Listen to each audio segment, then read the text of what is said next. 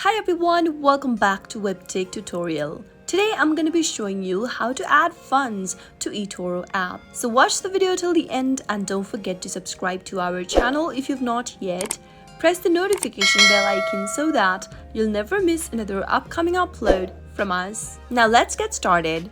Tap Open your eToro application from the app drawer and make sure that you're logged into your account first. Similar to traditional trading, it is necessary to have an investment fund before you can begin opening a buy or sell position on eToro. So in order to do that, you'll need to deposit some funds. From the main home page of eToro app, tap the hamburger menu at the top left-hand corner. At the very bottom, you should see a blue button that says Deposit Funds. Give it a tap and now on the next page, go ahead and fund up your account. Remember that eToro's minimum deposit in most countries is $50, so go ahead and type in the amount you'd like to fund up to your eToro account in the first text box. Now, right where it says Payment Method, give it a tap and select one of the payment methods you'd like to use. I'm gonna choose the debit card option. You can select any one of your choice. Now, since I've chosen debit card, it'll ask you for my card number.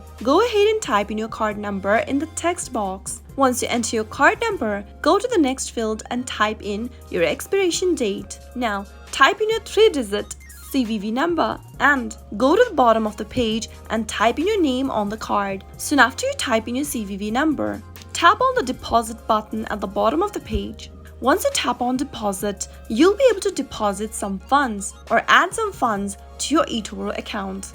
That is how it can be done. I hope you found the video to be helpful. If it was, go ahead and give us a thumbs up. I'll soon be back with more videos like this. Thank you for watching.